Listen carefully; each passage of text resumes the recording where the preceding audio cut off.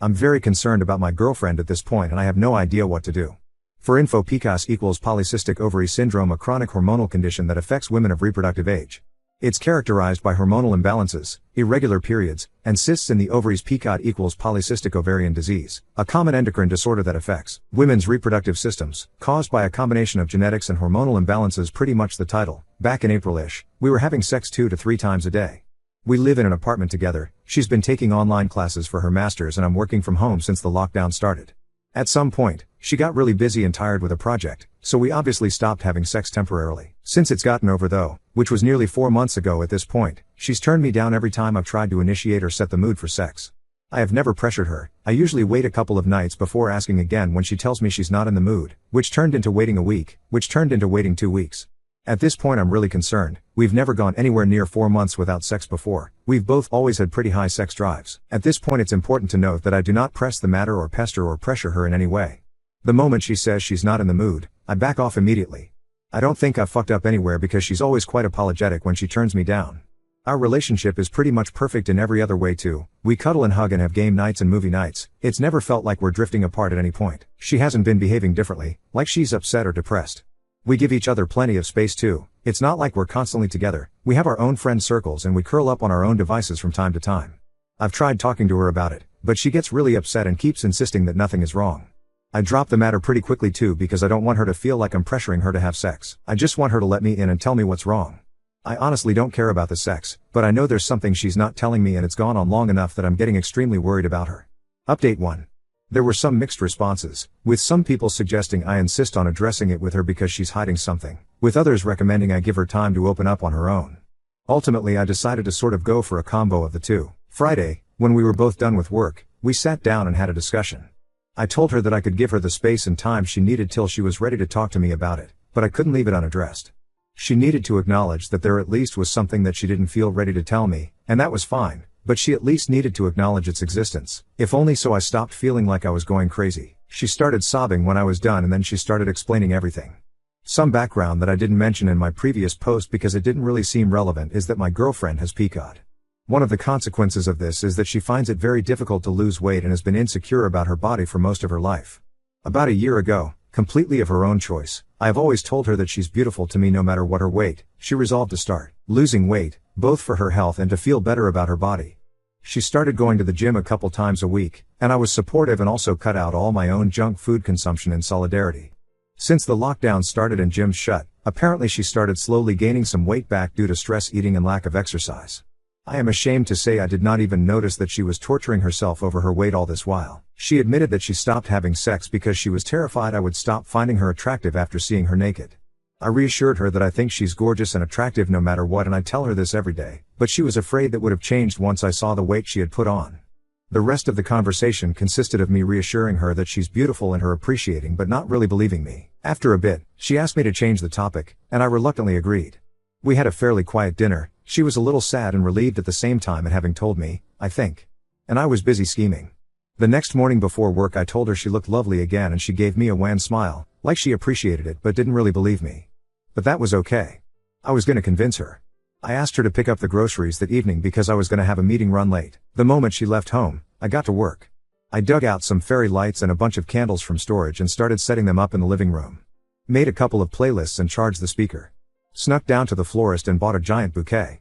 Some more background, I hate dancing because I suck massively at it, while my girlfriend loves it. She used to go dancing every month or two with her girlfriends before lockdown. I'd join in sometimes because it was worth how happy it made her, but she definitely missed it way more than me.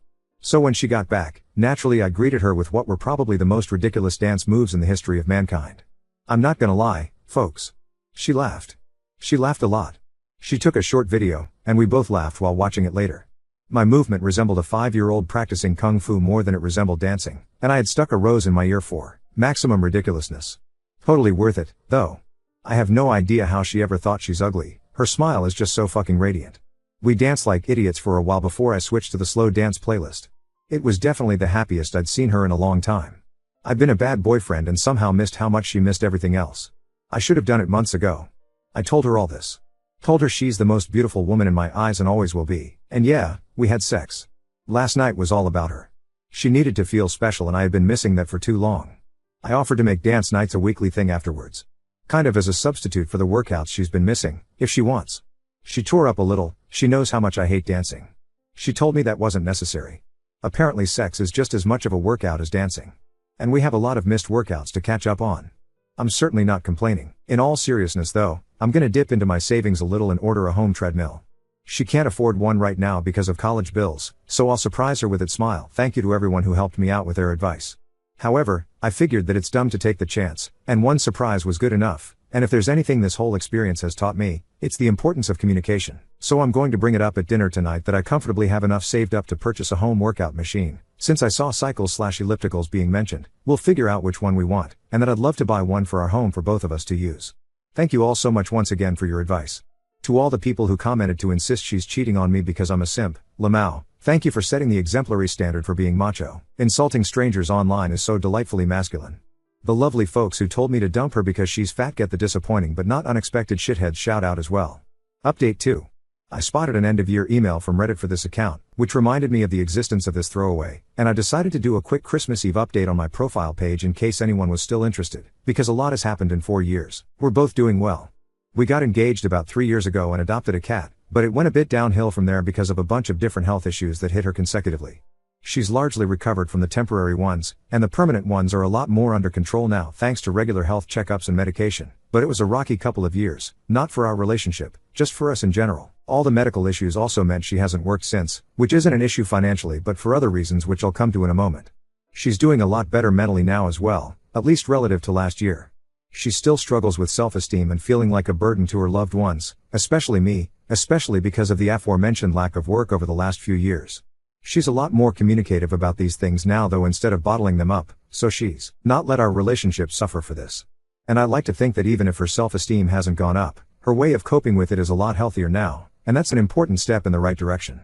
She's even been looking to get back to work over the last month or so, despite the challenges of low self-esteem, severe imposter syndrome, and having to explain a years-long absence, and I'm really proud of her for not just giving up after the hand she's been dealt health-wise. I'm doing really well. I switched jobs and fields about a year back and I'm making a lot more money now, and I'm enjoying my work a lot more too. I actually started therapy recently as well, because there were some personal discipline issues I wanted to fix, and I ended up discovering a whole host of other issues I had repressed, and bringing them back out into the open and dealing with them has been simultaneously terrifying and liberating. But it's also made me a much better friend and partner, so looks like I'm gonna have to keep braving them for as long as it takes. As for the biggest one, as is probably obvious from the title, we got married 2 months ago. We would have done it a lot earlier if she hadn't had a bunch of health issues pop up unexpectedly, but with her on the mend, we were finally able to plan and organize the things so everyone we wanted to be there could be there. I honestly sometimes still find it surreal, like WTF I'm a husband? It still feels like I'm dreaming sometimes and I'm still that clueless wide-eyed college kid, but I look at the woman sleeping next to me and I remember all the ways I've changed for the better, all the ways I've grown up because of her influence, and I feel really lucky to have her. And I know that I, and she, still have a lot more growing up to do. But I'm feeling this overwhelming contentedness within because we get to do all that growing up together. Now on to second story. Ran into my ex-wife at our hometown's drugstore. Now she's begging for closure, but I'm only interested in the details of her downfall. I, 32 male, met Sarah, 30F, in grade school in our small town. She was my first everything, girlfriend, love, and eventually wife. We both went to college together, and after I graduated, we got married when I was 23, and she was 21. Sarah was still finishing her degree, and I worked hard to support both of us while she completed her studies. When she got her first job, I was so proud of her. It felt like all our sacrifices and hard work were paying off, and I thought we were on our way to building a life together. For 2 years, everything seemed fine, or at least, I thought so. Then one day, I came home from work and found her packing a bag. She sat me down and told me she had been having an affair with a coworker. I was completely oblivious. She was crying and apologetic. She said she loved me but she was in love with a coworker and they had this chemistry and a deep connection and that she never felt this level of excitement and attachment with me. At the same time, she seemed to be really apologetic and acted very guilty. She moved in with the coworker that night. Sarah made the divorce as quick and easy as possible. She didn't contest anything and took almost nothing. In the state we lived in, you can get a divorce in 10 days if there aren't any children involved. We filed the papers ourselves, no lawyer, couldn't afford one. After it was final, she asked if we could be friends, and I'm ashamed to say that I just broke down and sobbed like a baby in front of her, said nothing, and left. At that point, she was 23, and I was 25. A couple of years later, in early 2020, while riding out COVID in my hometown, my mom casually mentioned that Sarah had married the guy she left me for. Apparently, Sarah's parents and mine had talked about it since they're longtime friends, and Sarah's parents were hesitant about the marriage but supported her. Hearing that stung.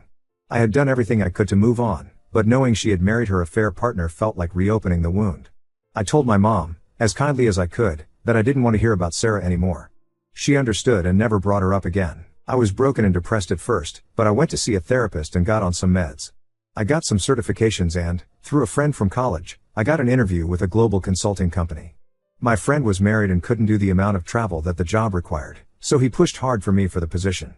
I started traveling around the world and pretty much worked all the time at first. On any given day, I was either in the gym, working, or having a virtual therapy session at 3 a.m.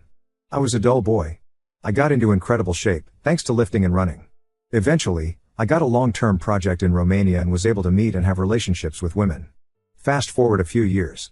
Recently, I had a few weeks of vacation saved up, and I wanted to spend Christmas in Reykjavik, Iceland.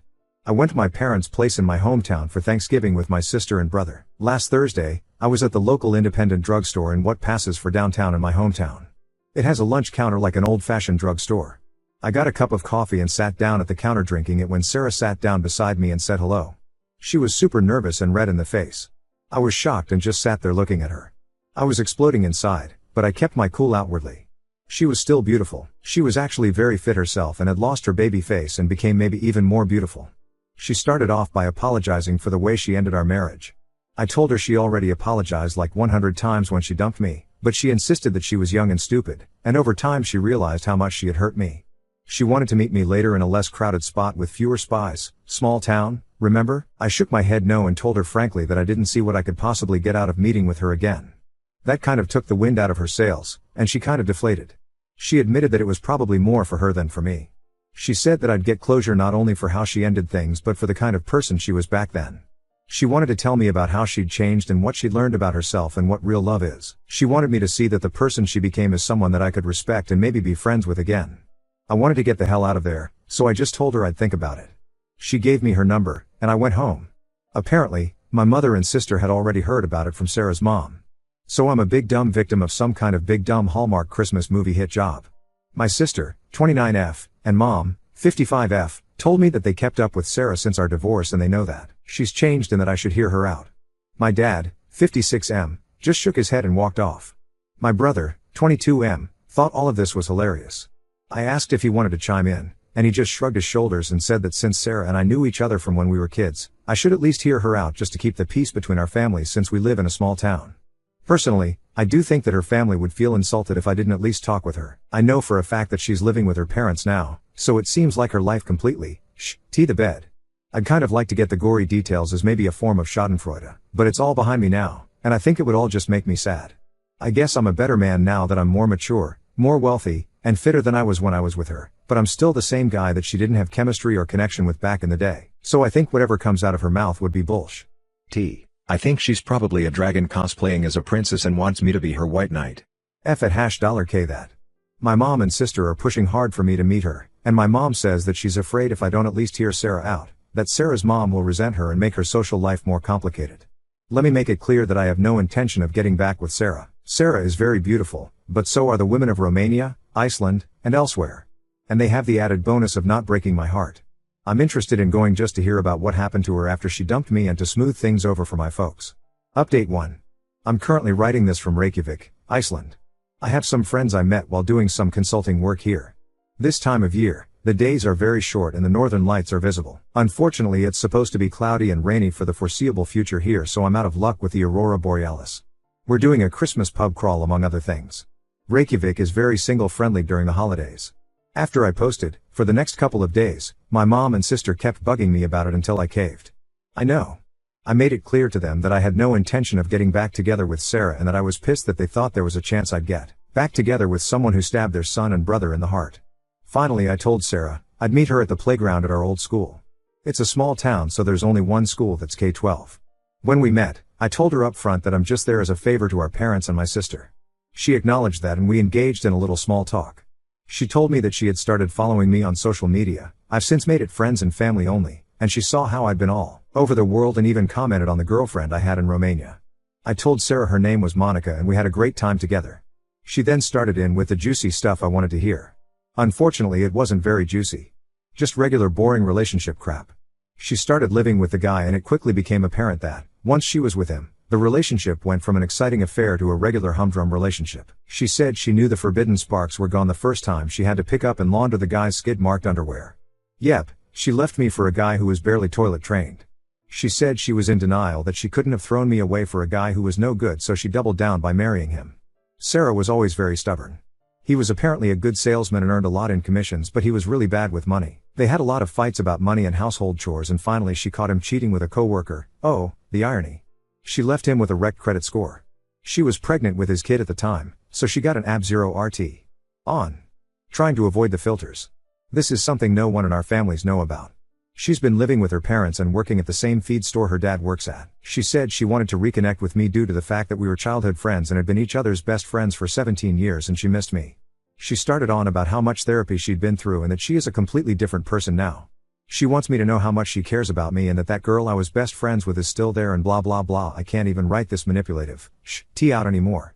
I guess I'm not a nice guy anymore. I didn't want to start any kind of beef with her family and mine, so I just told her that I had also changed since she dumped me. I told her that when I touch something and get burned, I don't touch it anymore. I told her it's great that she worked on herself, but some new guy, idiot, will have to benefit from that.